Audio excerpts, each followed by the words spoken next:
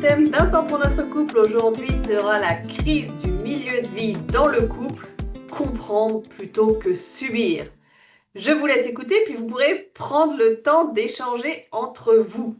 Beaucoup de couples me disent on ne se reconnaît plus, on a tout pour être heureux mais ça ne va pas. Ou encore, je me demande si je suis encore à ma place. Souvent, derrière ces phrases, il y a ce qu'on appelle la crise du milieu de vie. Ce n'est pas une pathologie, ce n'est pas forcément une crise du couple, mais c'est une période de remaniement profond qui peut soit faire exploser le lien, soit le transformer. Alors, qu'est-ce que la crise du milieu de vie? La crise du milieu de vie survient en général entre 35 et 55 ans. C'est quand le temps cesse d'être abstrait et devient compté. C'est le moment où émergent des questions très existentielles. Est-ce que je vis la vie que je voulais? Qu'est-ce que j'ai mis de côté? Qu'est-ce que je ne vivrai probablement jamais? Ce n'est pas une crise contre l'autre, c'est une crise avec soi-même qui déborde dans le couple.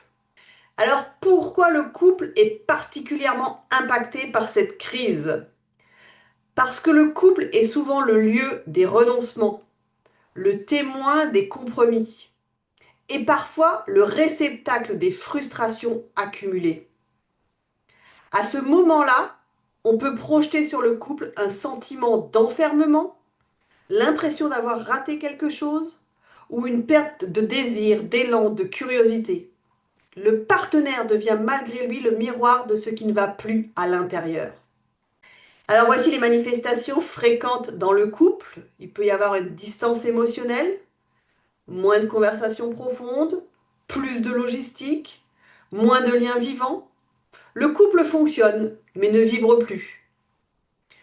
Une crise du désir qui est très fréquente, baisse ou disparition du désir, fantasme de nouveauté, attirance pour quelqu'un d'autre ou questionnement sur la sexualité. Ce n'est pas toujours un manque d'amour, c'est plutôt et souvent un besoin de se sentir vivant. Il peut également apparaître des conflits inhabituels, des disputes qui semblent disproportionnées sur des détails, sur l'éducation, sur le quotidien. Le conflit masque souvent une question plus profonde. Est-ce que cette vie me ressemble encore? Autre manifestation fréquente, une tentation de rupture. Parfois surgit la pensée. Si je pars, peut-être que je me retrouverai. Attention, partir ne résout pas toujours ce qui n'a pas été élaboré. Les pièges classiques pour cette crise du milieu de vie. Premier piège, psychologiser à l'excès.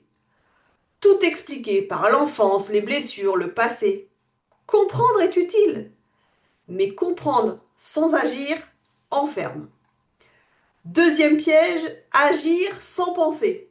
Changer brutalement de travail, de partenaire, de vie, sans mettre de mots sur ce qui se joue vraiment. L'agir impulsif peut soulager à court terme, mais laisse souvent les mêmes impasses relationnelles. Alors, qu'est-ce qui peut vraiment aider le couple à ce moment-là?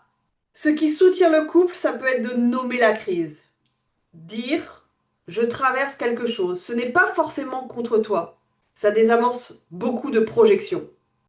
On peut également différencier la crise individuelle et la crise conjugale.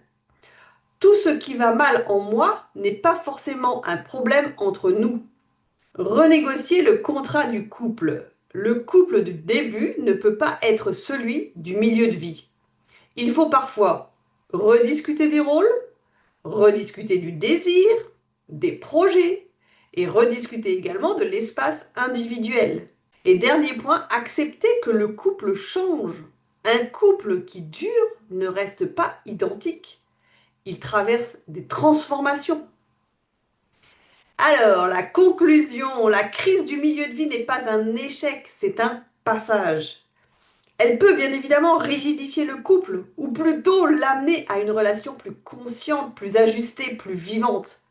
Ce qui fait la différence, ce n'est pas l'absence de crise, c'est la capacité à traverser ensemble ou accompagner.